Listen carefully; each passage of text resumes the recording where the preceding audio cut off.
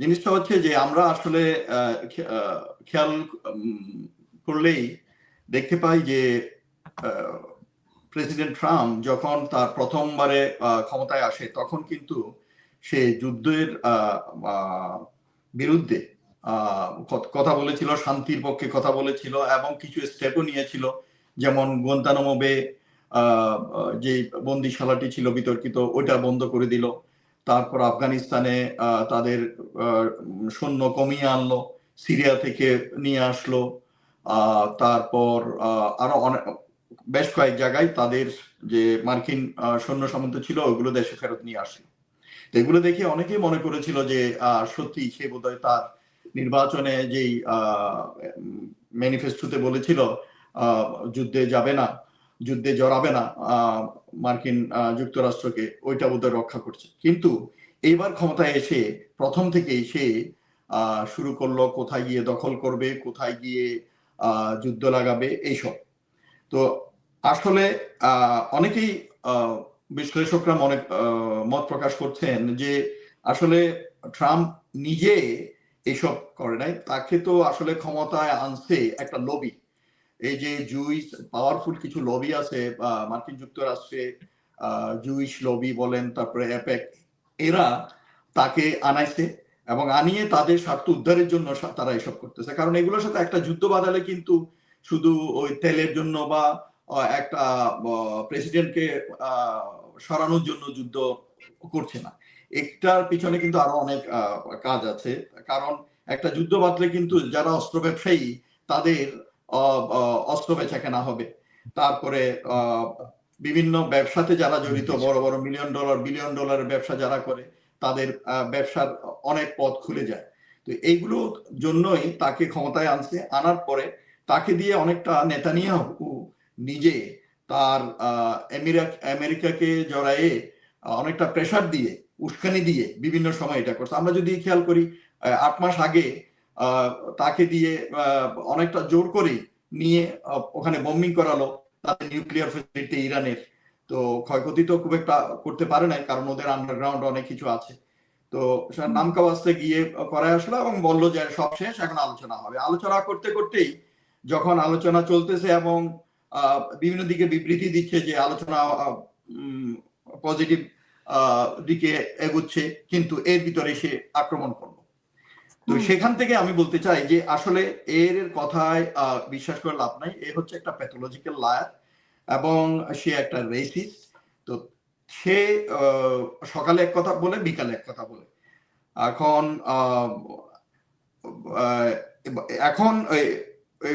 গতকাল এবং গত পরশু সে এই যে 48 ঘন্টার আলটিমেটাম দিল হরমুজ নিয়ে। আরে হরমুজ তো ভাই ইরানের জায়গা, ওইটা ওর মাতব্বরি চলবে, ওর পদ্মারি চলবে। এখন তুমি কে? সে বলতেছে না আমরা দুইজনে এটাকে নিয়ন্ত্রণ করব, এখন বলতেছে, বাট ইট ক্যানট হ্যাপেন। তো কোনটা যে শর্ত দিয়েছে সেখানেও তো হরমুজ নিয়ে, তারপর পারমাণবিক সক্ষমতা নিয়ে, সেটাই তো ও কেন মানবে? তো হরমুজ ওর জায়গা, ও ইচ্ছে হলে কাউকে ব্যবহার করতে দিবে, কাউকে দিবে না, এটা ওর ইচ্ছা। তো হাওয়ার মানে সব অযৌক্তিক, অবিবেচকের মতো কথাবার্তা ওদের। তো শেয়ার বাজারে যখন দেখতেছে দুনিয়াতে, কারণ আমরা ইতিহাসে দেখছি যে বিভিন্ন সময়ে সেই আরব ইসরায়েল ওয়ার যখন হলো 1973-তে, তারপরে 1979-এ ইরান বিপ্লব যখন হলো, তারপরে 1990-তে উপসাগরীয় যুদ্ধ যখন হলো, এই বিভিন্ন সময়ে আমরা দেখছি যে বিশ্বে তেলের দাম, জ্বালানি সংকট এগুলো হয়েছে। এবং এটা হওয়ার একমাত্র কারণ হচ্ছে যে হরমুজ প্রণালী যখন ক্লোজ হয় বা এটাতে কোনো রেস্ট্রিকশন আসে, তখন কিন্তু এই জিনিসটা হয় পুরো দুনিয়াতে। যেমন আজকে সকালে শুনলাম যে ফিলিপিন্সে ওরা করছে, কি বলে যেন, জরুরি অবস্থা ঘোষণা করছে অনির্দিষ্টকালের জন্য, কারণ ওদের তেল মাত্র আর 45 দিনের তেল আছে। তো এইভাবে কিন্তু পুরো দুনিয়া কিন্তু এফেক্টেড হচ্ছে। আমাদের দেশে কি হচ্ছে দেখেন, আমি যত জানতে পারলাম যে অনেক পেট্রোল পাম্প বন্ধ হয়ে গেছে। তো সেই জন্য তারপর প্রাইম মিনিস্টার জরুরি মিটিং করছে। তো এগুলা কিন্তু এখন সব দেশে, দুনিয়ার সব দেশে একটা কনসার্ন হয়ে গেছে যে জ্বালানি সংকট। তারপরে ওই কিউবাতে টোটাল ব্ল্যাক আউটে যাচ্ছে ওরা, কারণ আগে ভেনিজুয়েলা থেকে তেল যাইতো, ভেনিজুয়েলা থেকে এখন তেল ওরা ওখানে যেতে দিচ্ছে না। সেই জন্য ওখানে ইলেকট্রিসিটি জেনারেশন হচ্ছে না। তো এই বিভিন্ন দিকে আসলে এটা পুরো দুনিয়াতে একটা চরমভাবে এফেক্ট করবে অর্থনৈতিকভাবে, তারপরে এইভাবে জ্বালানি সংকটের জন্য।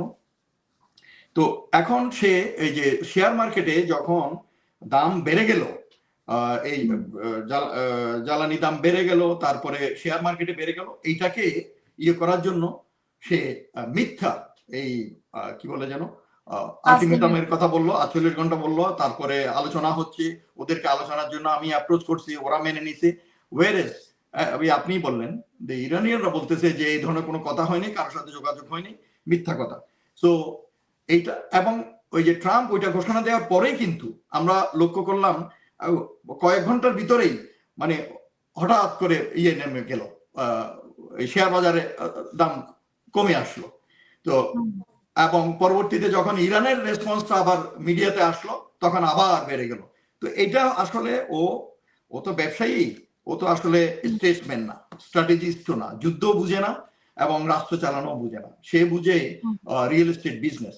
তো সে আসলে হুমকি তামকি করে ইরানকে মনে করছিল যে ওই যে যেভাবে রাত্রে ডেল্টা ফোর্স পাঠাইয়া মাদুরোকে নিয়ে আসলো ভেনেজুয়েলা থেকে, মনে করছে যে এখানেও বোম মাইরা খামেনিকে মাইরা রেজিম চেঞ্জ হয়ে যাবে, ওখান থেকে স্লোগান প্রোটেস্ট করাইয়া।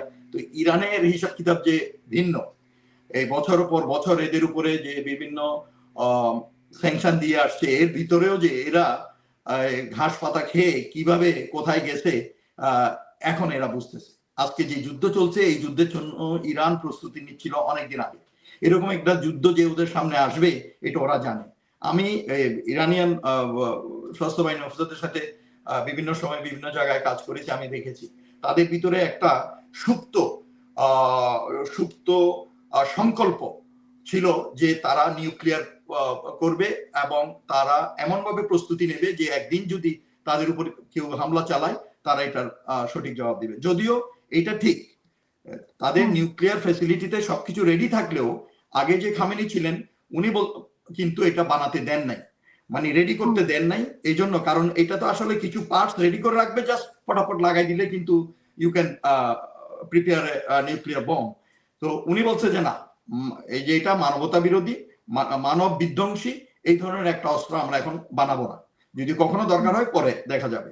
কিন্তু ওই যে রিয়েক্টর ফিউজ সবকিছু ওরা রেডি করে রাখছে। তো সেই জন্যই এরা বলতেছে যে আমরা যদি দরকার হয়, এই যে এখন যে খামেনি আসছে, আগের আয়াতুল্লাহ ছেলে মুস্তফা খামেনি, সে বলতেছে যে ইফ নিডেড আমরা উইল ডু ইট। তো এরা তারপরে ভিতরে ভিতরে এরা ক্ষেপণাস্ত্র তৈরি করছে বিভিন্ন জেনারেশনের।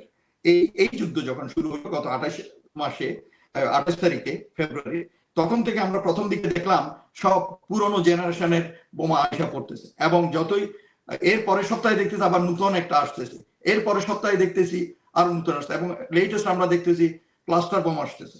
তো এইভাবে ওদের যে কত জেনারেশনের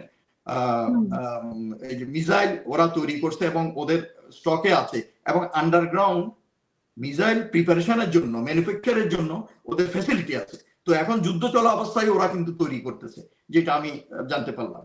তো সেই জন্য ওদেরকে যেভাবে মনে করছিল যে সহজেই রেজিম চেঞ্জ করে ফেলবে, অন্যান্য সময় যেভাবে ওরা বিভিন্ন জায়গায় করছে, তো ইটস নট দ্যাট ইজি। তারপরে অনেক অনেক দেশে হয়তো আছে, যেমন কলম্বিয়া, ভেনেজুয়েলাতে আমরা দেখলাম মাদুরোকে করার পরেই ওখানে নেতৃত্ব সংকট হয়ে গেল, ইরাকে নেতৃত্ব সংকট হয়ে গেল সাদ্দামকে মারার পর, লিবিয়াতে গাদ্দাফিকে মারার পর নেতৃত্ব সংকট হয়েছিল।